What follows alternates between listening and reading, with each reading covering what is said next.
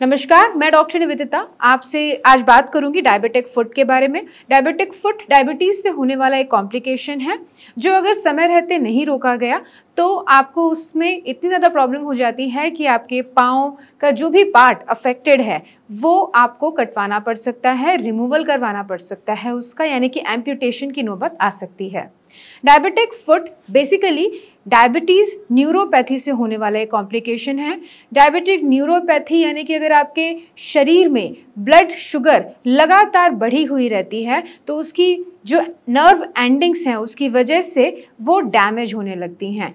वो इस हद तक डैमेज हो जाती हैं कि आपको कोई भी सेंसेशंस नहीं होते हैं या कम हो जाते हैं सेंसेशंस।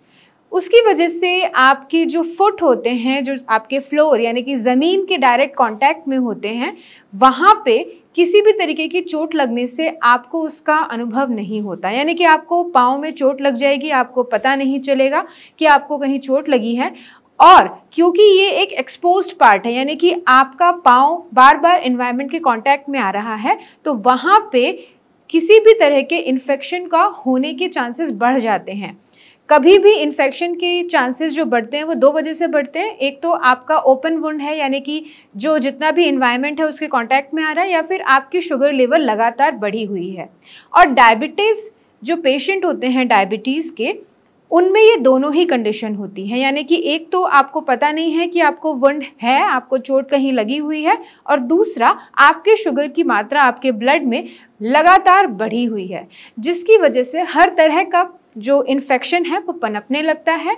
और इतना ज़्यादा पनप जाता है कि जब तक आपको आइडिया लगता है कि ये आपको प्रॉब्लम है, तब तक डायबिटीज़ जो है डायबिटिक फुट की एक्सट्रीम स्टेज आ जाती है। डायबिटिक फुट की 4 स्टेजेस होती हैं। अगर हम देखें तो इनिशियल स्टेज में आपकी स्किन इन्फेक्टेड होती है, सेकेंड स्टेज में आपकी मसल्स इन्फेक्टेड होती हैं, थर्ड स्टेज में टेंडन्स इन्फेक्टेड हो जाते हैं, और फोर्थ स्टेज में आपकी बोन इन्फेक्टेड हो जाती है। एक बार आपकी बोन्स अगर इन्फेक्टेड हो गई तो वो फिर रिवर्सिबल नहीं है, वहाँ पे आपको उस अंग को कटवाना ही पड़ता है। उसका एकमात्र जो ट्रीटमेंट होता है वो एम्प्यूटेशन होता है। तो आपको ये ध्यान देना पड़ेगा कि आपको अगर डायबिटीज़ है और अगर डायबिटीज़ कई सालों से है और आपकी शुगर लेवल कंट्रोल्ड नहीं है, लगातार आपकी शुगर बढ़ी हुई है, फास्टिंग भी, पीपी भी, दवाइयाँ लेने के बावजूद अगर आप शुगर लेवल्स पे कंट्रोल नहीं रख पा रहे हैं, तो आपको चेत जाना चाहिए, आपको ये जागरूक हो जाना चाहिए कि मुझे कहीं चोट ना लगे। और अगर चोट लग जाए तो उसके लिए उपयुक्त ट्रीटमेंट करना चाहिए ताकि वो बढ़ ना जाए, यानी कि जख्म जो है वो नासूर ना बन जाए, तो जिसकी वजह से आपका जो डायबिटिक फुट है वो जल्दी ही हील हो जाएगा और उसकी जो सीवियर कॉम्प्लिकेशंस हैं यानी कि एम्प्यूटेशन, वहाँ तक जाने की नौबत नहीं आएगी।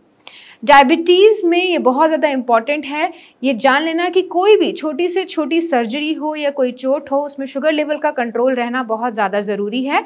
क्योंकि अगर आप एम्प्यूटेशन भी करवा देते हैं, अगर कोई अंग को निकलवा भी देते हैं, उसके बाद भी उसको हील होने के लिए भी आपके शुगर लेवल्स को कंट्रोल में रहना ज़रूरी है। तो ये एक आपको समझ आना चाहिए कि अगर आपको डायबिटिक फुट हुआ, किसी अंगूठे में हुआ या आपकी उंगलियों में हुआ और वो उंगली या अंगूठा आपने निकलवा दिया तो आपकी प्रॉब्लम रिजॉल्व हो गई, ऐसा नहीं है। ये आपकी प्रॉब्लम बढ़ जाएगी अगर आपकी शुगर कंट्रोल में नहीं है।